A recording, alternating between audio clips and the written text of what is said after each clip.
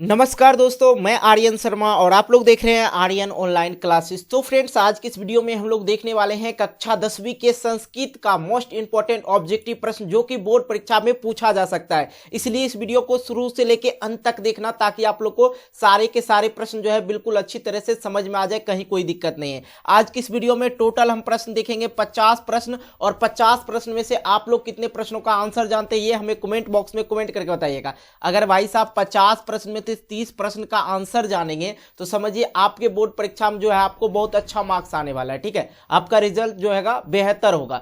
सिर्फ 30 नंबर ला के दिखा दीजिए। ठीक है, तो चलिए स्टार्ट करते हैं। 50 प्रश्न में से आप लोग को सिर्फ 30 प्रश्न का जो आंसर बता देंगे वो बच्चा का रिजल्ट जो है अच्छा होगा, ये 100% गारंटी है। ठीक है, कहीं कोई दिक्कत नहीं। तो आइए देख लेते हैं। पहला प्रश्न है हमारे पास, संस्कृत का है और 50 प्रश्न है। ठीक है, पहला प्रश्न है कि वैदिक साहित्य का अंतिम भाग है। जो वैदिक साहित्य का अंतिम भाग है, ऑप्शन ए है उपनिषद, ऑप्शन बी है संहिता, और ऑप्शन सी है आरण्यक, और ऑप्शन डी जो है ब्राह्मण ग्रंथ। तो आप लोग को करना है इसका आंसर।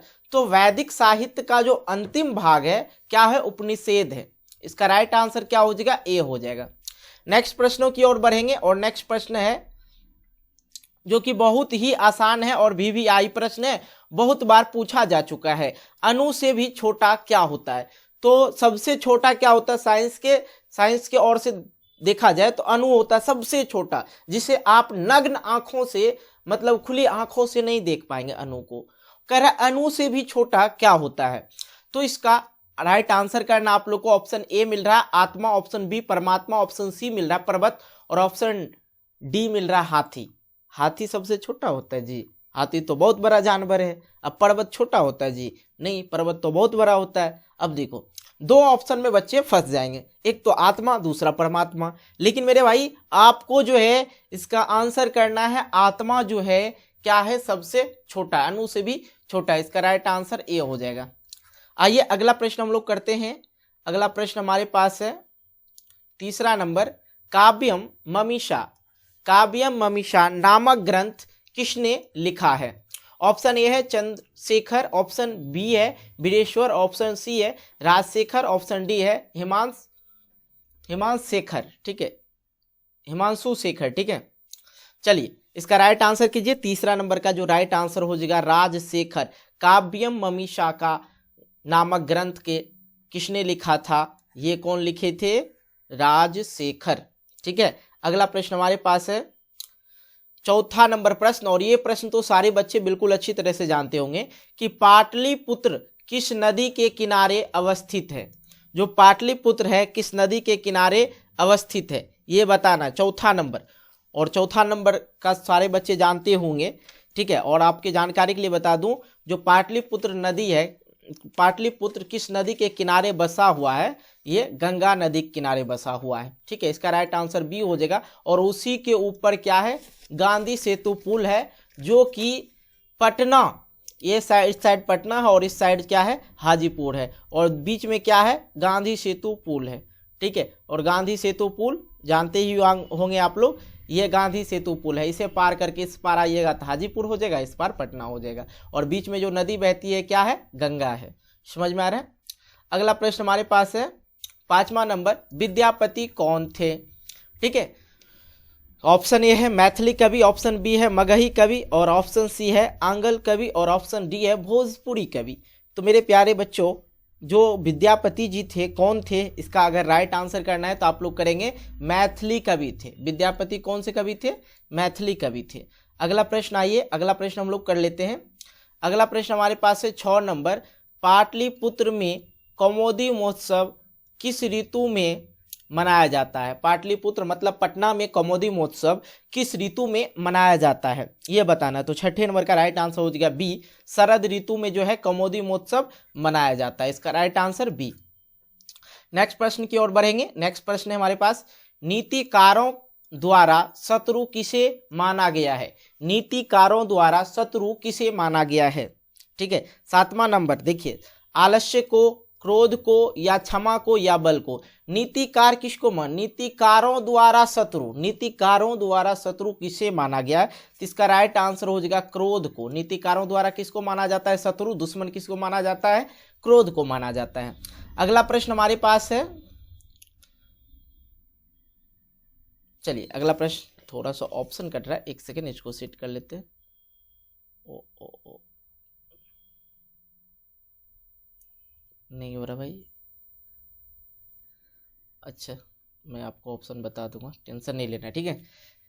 अब देखिए, महर्षि याज्ञवल्क्य की पत्नी का क्या नाम था, ठीक है। ऑप्शन ए मिल रहा है आप लोग को मैत्री, ऑप्शन बी गार्गी, और ऑप्शन सी अपला, और ऑप्शन डी जो है छिप गया है इधर है नीचे, उर्वशी लिखा हुआ है, उर्वशी, ठीक है। तो आप लोग को बताना है क्या 8वें नंबर का, और 8वें नंबर का जो है महर्षि याज्ञवल्क्य की पत्नी का जो नाम था मैत्री नाम था, इसका राइट आंसर ए हो जाएगा, ठीक है। अगला प्रश्न की ओर आइए, अगला प्रश्न जो है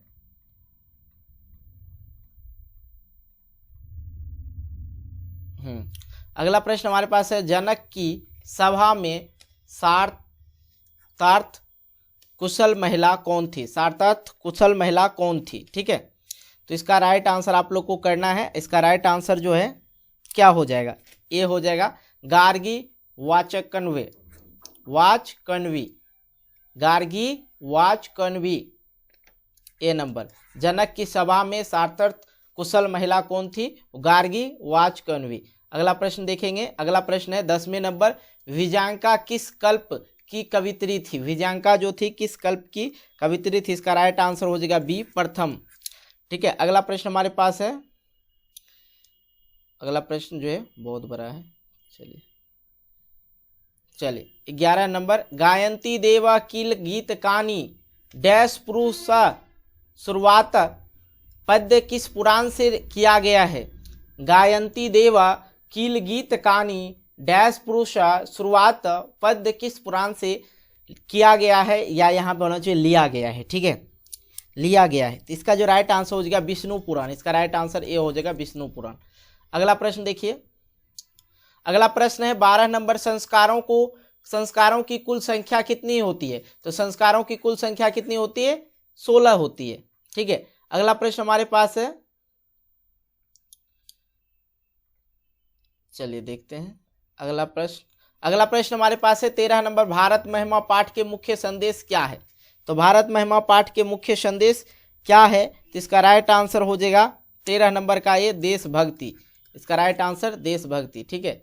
अगला प्रश्न देखिए, अगला प्रश्न देखेंगे 14 नंबर, गोदान किस संस्कार का मुख्य कर्म है, गोदान जो है गोदान संस्कार का मुख्य कर्म बताना है कौन सा है, ठीक है। गोदान किस संस्कार का मुख्य कर्म है, तो 14 नंबर का राइट आंसर हो जाएगा सी केशांत का, 14 नंबर का राइट आंसर सी केशांत का, गोदान।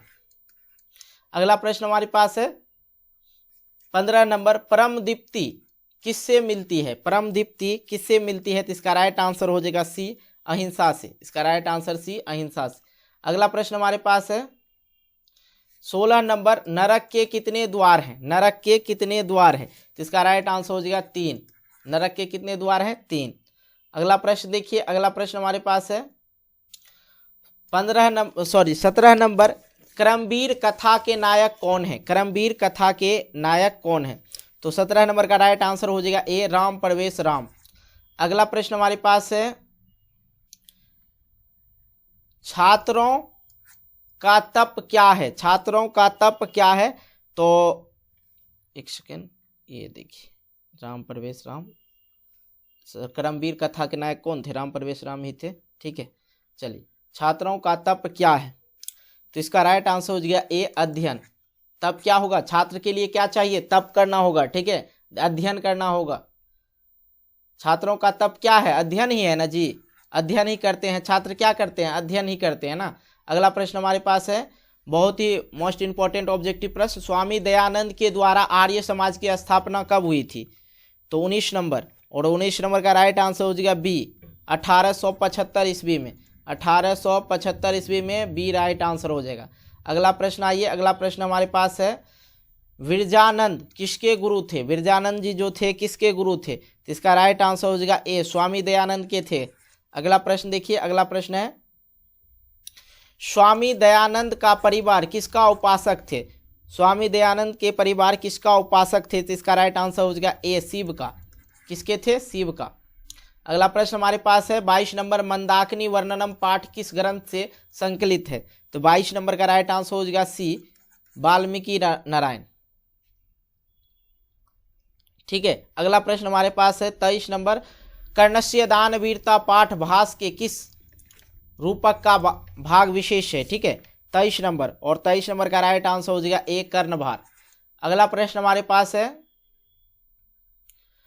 राष्ट्रों के बीच द्वेष का कारण क्या है?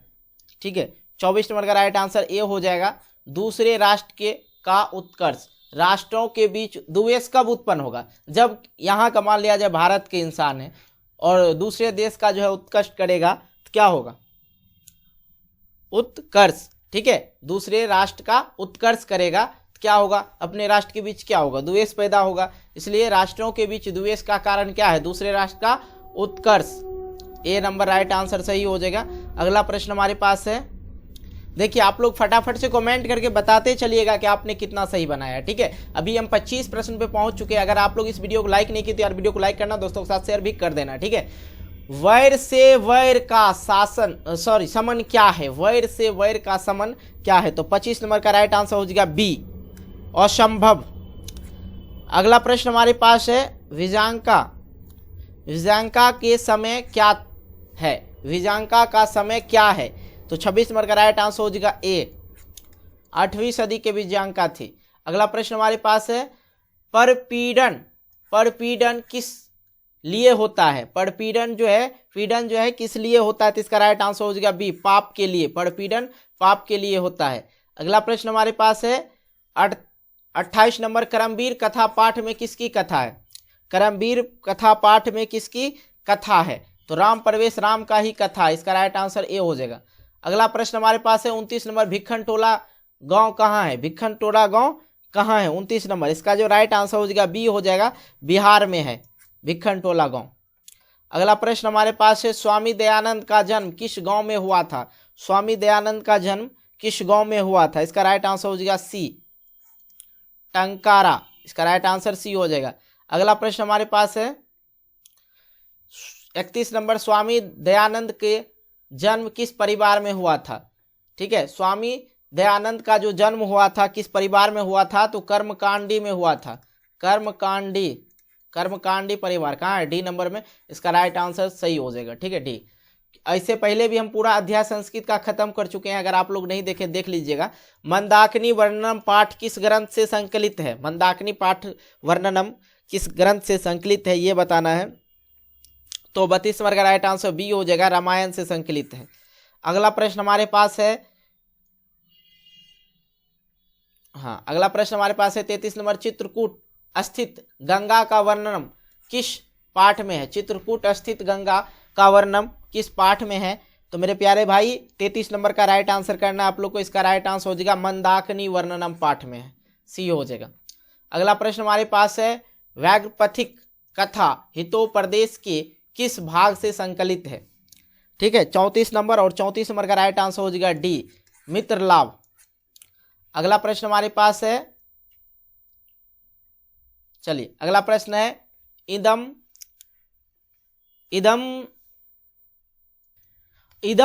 स्वर्ण कंकणम। ठीक है, स्वर्ण कंकणम गृहताम, उस युक्ति किसकी है? ठीक है, यह युक्ति किसकी है? इदम स्वर्ण कंकणम गृहताम, यह युक्ति किसकी है?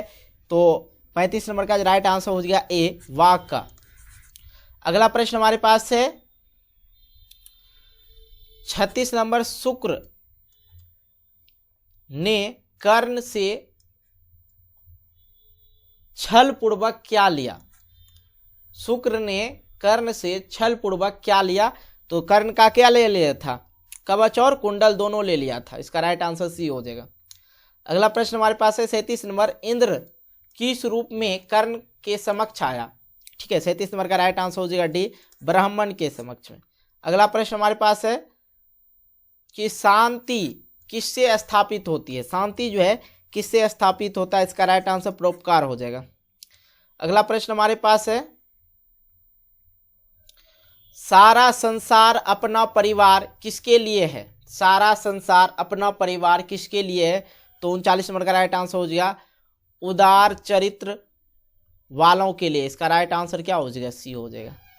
ये सारा संसार जो है अपना परिवार किसके लिए है? तो उदार चरित्र वालों के लिए है, ठीक है, क्योंकि ये सारा संसार अपना परिवार है। किसके लिए है? तो उदार चरित्र जिसका होगा वही नहीं कहेगा ये सारा संसार अपना परिवार है, ठीक है। समझ में आ गई बात? अगला प्रश्न देखिए, अगला प्रश्न 40 नंबर, भारतवर्ष में किसकी महान परंपरा है? ठीक है, भारतवर्ष में किसकी महान परंपरा है? तो 40 नंबर का जो राइट आंसर हो जाएगा ए हो जाएगा शास्त्र का। अगला प्रश्न आइए, अगला प्रश्न हमारे पास है पिंगल। पिंगल किस वेदांग शास्त्र के प्रवर्तक आचार्य हैं? ठीक है, पिंगल किस वेदांग शास्त्र के प्रवर्तक आचार्य हैं? 41 नंबर का जो राइट आंसर हो जाएगा आप लोग का बी हो जाएगा छंद।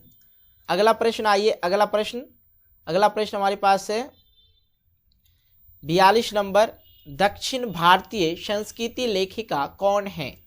ठीक है, तो 42 नंबर का जो राइट आंसर हो जाएगा वो हो जाएगा डी मतलब सभी, शीला भट्टरिका, राम भद्राम्बा और सी जो है देव कुमारिका, ठीक है, कुमारिका, देव कुमारिका और all of this, D number इसका राइट आंसर हो जाएगा सभी। अगला प्रश्न आइए, अगला प्रश्न हमारे पास है और बहुत ही ज़्यादा VVI प्रश्न है और इस प्रश्न के लिए तो वीडियो को लाइक करना बनता है, तो मेरे भाई वीडियो को लाइक कर देना। पतिरेव गतिया डैश बलवाना जननी गता, ठीक है, पतिरेव गता डैश बलवाना जननी गता, इसका अर्थ होता है पति के लिए गति और स्त्री बलवान जननी गता। तो मतलब है यहाँ पे क्या हो जाएगा? स्त्री नाम पतिरेव गत्या स्त्री नाम बलवाना जननी गत्या, यहाँ पे क्या स्त्री नाम बढ़ा जाएगा। इसका राइट आंसर सी हो जाएगा। अगला प्रश्न हमारे पास है कॉपी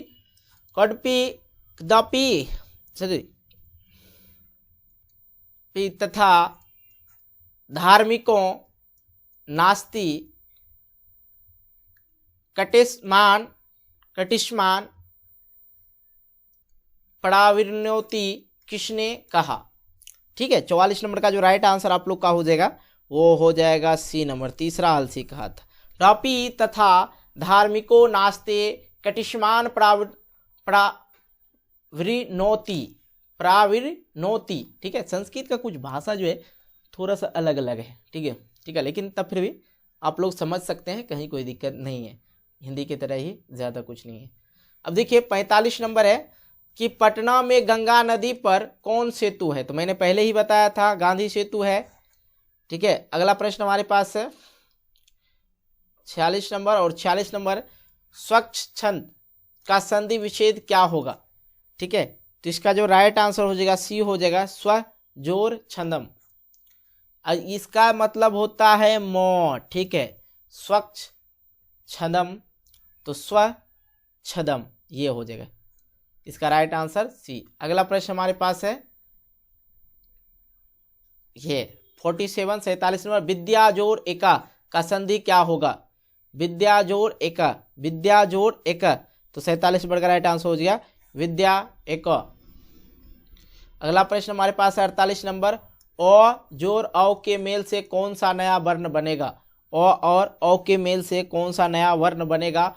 ओ, दो बार बोलिए ओ, इसका राइट आंसर ये हो जाएगा। अगला प्रश्न हमारे पास है इता जोर तता किस संधि का उदाहरण है? इता जोर तता किस संधि का उदाहरण है? तो इसका राइट आंसर हो जाएगा ए विसर्ग संधि का। देखिए इता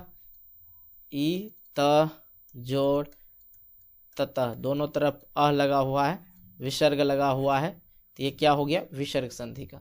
अगला प्रश्न जो है कि बहुत ही ज़्यादा VVI प्रश्न है, उससे पहले अगर आप इस वीडियो को लाइक नहीं किए हो तो वीडियो को लाइक कर देना, दोस्तों के साथ शेयर कर देना, ताकि आप लोग के लिए नया से नया वीडियो आप लोग के लिए लाते रहूं, ठीक है। मूर्ति पूजा का समास विग्रह क्या होगा? मूर्ति पूजा का समास विग्रह क्या होगा? तो इसका राइट आंसर क्या हो जाएगा? बी हो जाएगा मूर्ति पूजा। ठीक है, वीडियो अच्छी लगी तो यार वीडियो को लाइक करना, दोस्तों के साथ शेयर करना, और चैनल पर नए हो चैनल को सब्सक्राइब करके नोटिफिकेशन बेल को प्रेस करके ऑल कर लेना। मिलते हैं एक नई वीडियो को लेके, तब तक के लिए बाय बाय।